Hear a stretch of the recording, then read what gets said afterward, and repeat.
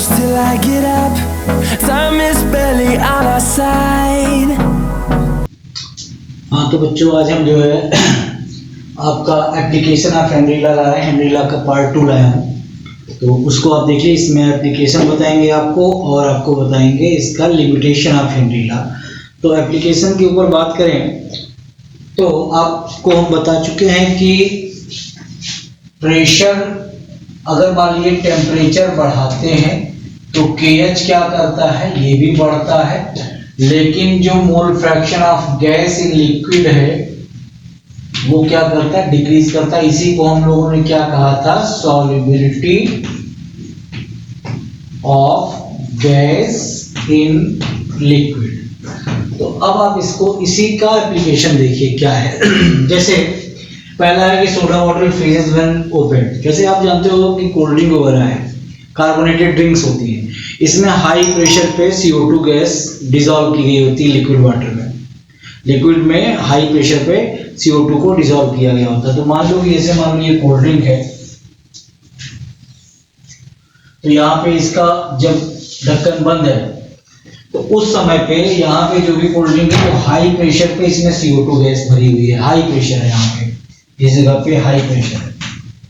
अब जब आपने ढक्कन खोल दिया तो क्या इधर कितना है, प्रेशर 1 एटमॉस्फेयर है, इधर हाई प्रेशर था, इधर प्रेशर 1 एटमॉस्फेयर। अल्टीमेटली क्या किया, प्रेशर डिक्रीज किया। और अगर प्रेशर आपका डिक्रीज कर गया तो सॉल्युबिलिटी भी क्या करेगी, डिक्रीज करेगी। और सॉल्युबिलिटी डिक्रीज करेगी तो इसमें जो हाई प्रेशर पे गैस CO2 भरी थी वो क्या करेगी, फ्रीज करके बाहर निकल जाएगी। तो ये हुआ कि पूछा था soda water freezes when open. तो क्या आप बोलोगे कि बाहर का प्रेशर कम होगा, अंदर हाई प्रेशर पे CO2 उसमें डिसॉल्व है। बोतल को ओपन करेंगे तो ऊपर का प्रेशर कम हो गया और नीचे का प्रेशर ज्यादा है, तो ऊपर जाने में जब प्रेशर कम हुआ तो प्रेशर कम हुआ तो सॉल्युबिलिटी भी घटेगी, तो इसमें से गैस निकल के बाहर निकलेगी। ये पहला एप्लीकेशन हो गया। अब दूसरे एप्लीकेशन की बात करते हैं। एनॉक्सिया आप लोगों ने सुना होगा। एनॉक्सिया क्या है, इसके ऊपर थोड़ा सा बात कर लें। तो देखो ये है, इंसान की जो फितरत होती है वो जमीन पे रहने के अलावा और भी बहुत जगहों पे जाने की होती है। कभी ऊपर जाते हैं जमीन से तो कभी जमीन के नीचे भी जाना शुरू करते हैं, सी में भी जाते हैं। तो उसी के ऊपर ये है एनॉक्सिया कैसे होता है। आप जानते हैं जैसे हाइट पे अगर आप जाओगे, हाई एल्टीट्यूड पे जब पहाड़ पे आप जाते हैं तो क्या होगा, वहां पे प्रेशर क्या करेगा, डिक्रीज करेगा। और अगर आप जानते हो प्रेशर डिक्रीज किया तो सॉल्युबिलिटी भी गैस की क्या करेगी, डिक्रीज करेगी। तो मोल फ्रैक्शन ऑफ गैस भी क्या करेगा, डिक्रीज करेगा। तो अगर हम ऑक्सीजन की बात करें तो ऑक्सीजन की जो प्रेशर जब ऊपर हम जाएंगे तो प्रेशर घटेगा। प्रेशर घटेगा तो जो ऑक्सीजन की सॉल्युबिलिटी अपने ब्लड में है वो क्या करेगी, डिक्रीज होगी। और डिक्रीज होने के वजह से ऑक्सीजन बॉडी को कम मिल पाएगी और दैट लीड्स टू एनॉक्सिया। यहाँ पे मेंटल डिसऑर्डर होने लगता है। इसीलिए कहा जाता है कि जिन लोगों को अस्थमा की प्रॉब्लम है या सांस लेने में प्रॉब्लम होती है वो लोग क्या करते हैं कि ऊपर ना जाएं, ऊपर जाने से उनको मना किया जाता है। ठीक है, तो ये हो गया, एनॉक्सिया हो जाती है क्योंकि ऊपर जाएंगे तो ऑक्सीजन की सप्लाई कम हो जाएगी और ब्लड में जितनी ऑक्सीजन चाहिए ब्लड बॉडी को उतना मिलेगी नहीं, जिसकी वजह से एनॉक्सिया हो जाता है, मेंटल डिसऑर्डर हो जाता है। तो एक तो ये हुआ।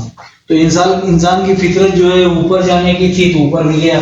अब देखिए नीचे जाता है तो क्या होता है, नीचे जाने का मतलब ये है, जैसे मान लो कि सी में गए, समुद्र के अंदर ही मान लो सी है, सी का लेवल है और यहाँ पे मान लो कोई आदमी आ गया तो ऑक्सीजन तो इसको मिलेगी नहीं। तो क्या करता है, पहले के जमाने में क्या करता था, यहाँ पे ऑक्सीजन के लिए पाइप लगाता था, सी के ऊपर वो पाइप रहती थी, वो नीचे चला जाता था।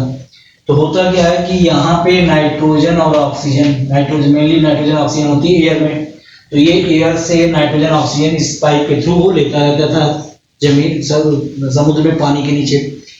अब जरा देखिए यहाँ पर 1 एटमॉस्फेयर है, जब यहाँ पे अंदर आए तो H rho G ये प्रेशर बढ़ गया कि नहीं बढ़ गया बताओ। तो यहाँ पे प्रेशर 1 एटमॉस्फेयर था, यहाँ पे एक्स्ट्रा प्रेशर आ गया। इसका मतलब यहाँ अंदर आने पर इस जगह पे प्रेशर क्या कर गया, इंक्रीज कर गया।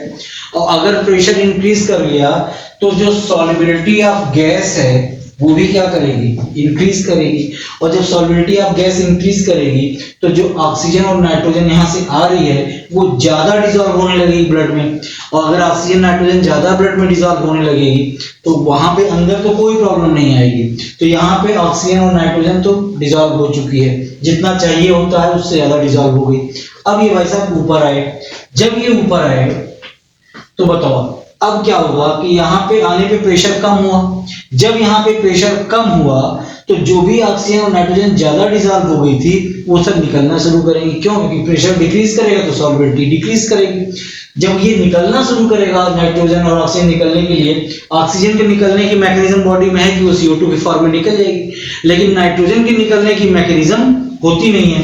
तो मान लो ये कैपिलरीज हैं, तो इस कैपिलरीज में जगह जगह पे ये नाइट्रोजन निकलना चाहेगा बट निकलने की जगह नहीं मिलेगी, तो बेंड्स हो जाते हैं और इतना ज्यादा पेन होता है कि ये स्कूबा डाइवर्स की वहां पे डेथ भी हो जाती है। तो ये था बेसिकली एप्लीकेशन। एक बार फिर से देख लीजिए, जब सी के नीचे कोई भी स्कूबा डाइवर्स जाते हैं तो वहां पे नाइट्रोजन और ऑक्सीजन जो ऊपर से लेते हैं उसकी सॉल्युबिलिटी बढ़ जाने की वजह से यहाँ पे सॉल्युबिलिटी बढ़ गई, ज्यादा नाइट्रोजन ऑक्सीजन इनके कैपिलरीज में आ चुके हैं। अब ये जब ऊपर जाएंगे तो वहां पे प्रेशर कम होगा तो ऑक्सीजन नाइट्रोजन निकलना चाहेंगे। ऑक्सीजन की तो मैकेनिज्म है बॉडी में, CO2 के फॉर्म में निकल जाएगी, बट नाइट्रोजन की मैकेनिज्म नहीं है, तो इसलिए वहां पे क्या होंगे, बेंड्स हो जाएंगे और वो मर जाएगा।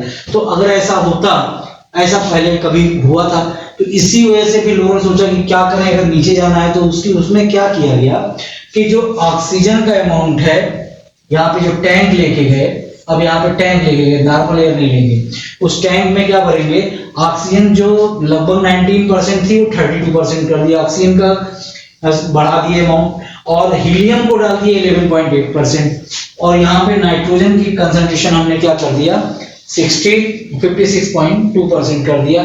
तो नाइट्रोजन का अमाउंट उस प्रोपोर्शन में कम हो गया कि जितना जिस लेवल पे यहाँ पे रहने पे था उसी लेवल पे यहाँ पे बना रहे। तो इस तरीके से ये इसका एप्लीकेशन पार्ट हो गया। एप्लीकेशन पार्ट में 3 बातें आपको ध्यान रखनी है। एक तो चौथी बात एक पहले में पढ़ा चुका हूँ कि जैसे cold aquatic animals are comfortable in cold water, भाई वहां पे आपको बता चुका हूँ, टेम्परेचर डिक्रीज करेंगे तो सॉल्युबिलिटी इंक्रीज करेगी, ऑक्सीजन ज्यादा मिलेगी एक्वाटिक एनिमल्स को, ज्यादा कंफर्टेबल फील करेंगे। दूसरा आपका था कि यहाँ पे कार्बोनेटेड ड्रिंक्स होती हैं, उसको ओपन करेंगे, फ्रीजेज होती हैं। तीसरा ये था कि हाई एल्टीट्यूड पे अगर आप जाएंगे तो एनॉक्सिया होता है। और लास्ट में स्कूबा डाइवर्स जो है डीप सी में जब जाते हैं तो वहां पे जो टैंक लेके जाते हैं उसमें ऑक्सीजन, हाइड्रोजन, हीलियम और नाइट्रोजन परसेंटेज ये होती है। ये वो 79% और 19% क्यों नहीं होती है, उसका रीजन ये है कि वहां पे जाएंगे तो ज्यादा सॉल्युबिलिटी हो जाएगी और जब ऊपर आएंगे सॉल्युबिलिटी डिक्रीज करेगी और निकलना चाहेगा, निकलने की मैकेनिज्म केवल अपने पास 79% तक के लिए है, उससे ऊपर की नहीं है, और वहां बढ़ चुकी है तो बेंड्स होते हैं, और बेंड्स हो जाने से वहां पे स्कूबा डाइवर्स की डेथ हो जाती थी, जिसकी वजह से नाइट्रोजन का परसेंटेज घटा दिया जाता है उसमें टैंक में और ऑक्सीजन का बढ़ा दिया जाता है, हीलियम उसकी जगह पर ऐड कर दिया जाता है। तो ये था बेटा एप्लीकेशन पार्ट।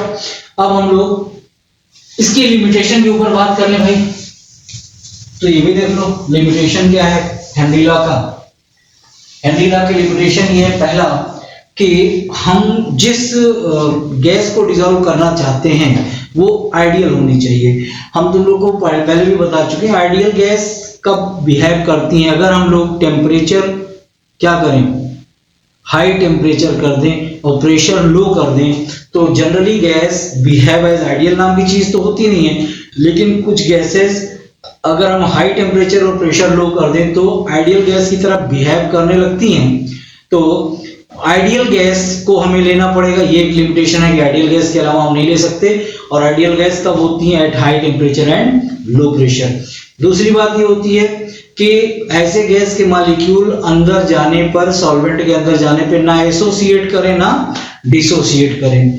और तीसरी और आखिरी बात कि गैसियस मॉलिक्यूल और सॉल्वेंट के बीच में कोई रिएक्शन नहीं होनी चाहिए, कि पता चला रिएक्ट करके वो प्रोडक्ट बना ले तो भी यहाँ पे ये नहीं होना चाहिए। तो बेसिकली आपसे क्वेश्चन पूछा जाता है कि इसका एप्लीकेशन बताइए, एप्लीकेशन बताइए, और एप्लीकेशन के बाद आपसे इसकी लिमिटेशन भी पूछी जाती हैं। तो ये हमने आज आपको हेनरी लॉ खत्म किया। जो इसका नेक्स्ट वीडियो है उस पे हम आपको क्वेश्चन करना सिखाएंगे। तब तक के लिए बाय बाय।